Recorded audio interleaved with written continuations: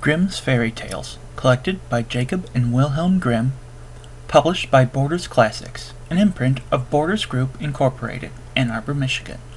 Copyright 2000 by Borders Group Incorporated. Page 606. The Devil and His Grandmother. There was a great war in which the king had many soldiers, but he gave them small pay, so small that they could not live upon it. 3 of them agreed among themselves to desert. One of them said to the others, "If we are caught, we shall be hanged on the gallows. How shall we manage it?" Another said, "Look at that great cornfield. If we were to hide ourselves there, no one could find us. The troops are not allowed to enter it, and tomorrow they are to march away." They crept into the corn, but the troops did not march away. They remained lying all about it. They stayed in the corn for 2 days and 2 nights. They were so hungry that they all but died. But if they had come out, their death would have been certain. Then said they, "What is the use of our deserting if we have to perish miserably here?"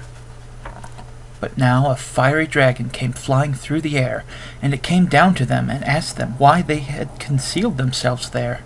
They answered, "We are 3 soldiers who have deserted because the pay was so bad, and now we shall have to die of hunger if we stay here, or to dangle on the gallows if we go out." "If you will serve me for 7 years," said the dragon, "I will convey you through the army so that no one shall seize you." "We have no choice and are compelled to accept," they replied. Then the dragon caught hold of them with his claws, and carried them away through the air over the army, and put them down again on the earth far from it. But the dragon was no other than the devil. He gave them a small whip and said, "Whip with it and crack it, and then as much gold will spring up around and about you as you can wish for. Then you can live like great lords, keep horses, and drive your carriages. But when the 7 years have come to an end, you are my property." Then he put before them a book, which they were all 3 forced to sign. "I will, however, then set you a riddle," said he, "and if you can guess that, you shall be free, and released from my power." Then the dragon flew away from them, and they went away with their whip, had gold in plenty, ordered themselves rich apparel, and traveled about the world. Wherever they were, they lived in pleasure and magnificence, rode on horseback, drove in carriages, ate and drank, but did nothing wicked. Their time slipped quickly away, and when the 7 years were coming to an end, 2 of them were terribly anxious and alarmed. But the 3rd took the affair easily and said, "Brothers, fear nothing, my head is sharp enough, I shall guess the riddle." They went out into the open country and sat down, and the 2 pulled sorrowful faces.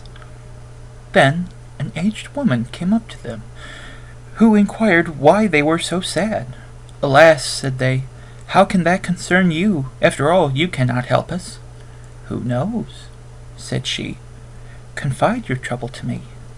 So they told her that they had been the devil's servants for nearly 7 years, and that he had provided them with gold as plentifully as if it had been blackberries, but that they had sold themselves to him, and were forfeited to him, if at the end of 7 years they could not guess a riddle.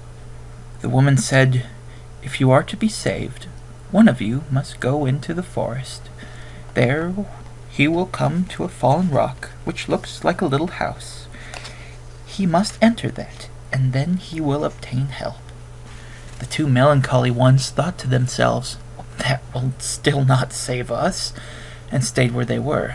But the 3rd, the merry one, got up and walked on in the forest until he found the rock house. In the little house, however, was a very aged woman was sitting, who was the devil's grandmother. And she asked the soldier where he came from, and what he wanted there. He told her everything that had happened, and, as he pleased her well, she had pity on him, and said she would help him. She lifted up a great stone which lay above a cellar, and said, "Conceal yourself here. You can hear everything that is said here. Only sit still and do not stir. When the dragon comes, I will question him about the riddle. He tells everything to me, so listen carefully to his answer." At 12 o'clock at night the dragon came flying thither, and asked for his dinner. The grandmother laid the table and served up food and drink, so that he was pleased, and they ate and drank together. In the course of conversation, she asked him what kind of a day he had had, and how many souls he had got. "Nothing went very well today," he answered, "but I have laid hold of 3 soldiers. I have them safe." "Indeed, 3 soldiers, that's something like. But they may escape you yet," the devil said mockingly. "They are mine. I will set them a riddle which they will never in this world be able to guess." "What riddle is that?" she inquired. "I will tell you. In the great North Sea lies a dead dogfish. That shall be your roast meat. And the rib of a whale shall be your silver spoon. And a hollow old horse's hoof shall be your wine-glass."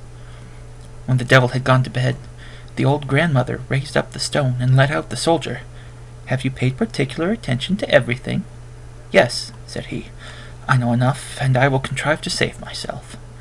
Then he had to go back another way, through the window, secretly and with all speed, to his companions. He told them how the devil had been overreached by the old grandmother, and how he had learned the answer to the riddle from him. Then they were all joyous and of good cheer, and took the whip and whipped so much gold for themselves that it ran all over the ground. When the 7 years had finally gone by, the devil came with the book, showed the signatures, and said, "I will take you with me to hell. There you shall have a meal. If you can guess what kind of roast meat you will have to eat, you shall be free and released from your bargain, and may keep the whip as well." Then the first soldier began and said, "In the great North Sea lies a dead dogfish. That no doubt is the roast meat." The devil was angry and began to mutter, and asked the second, "But what will your spoon be?" "The rib of a whale. That is to be our silver spoon." The devil made a wry face, again growled, and said to the third, "And do you also know what your wine-glass is to be?" "An old horse's hoof is to be our wine-glass." Then the devil flew away with a loud cry, and had no more power over them. But the 3 kept the whip, whipped as much money for themselves with it as they wanted, and lived happily to their end.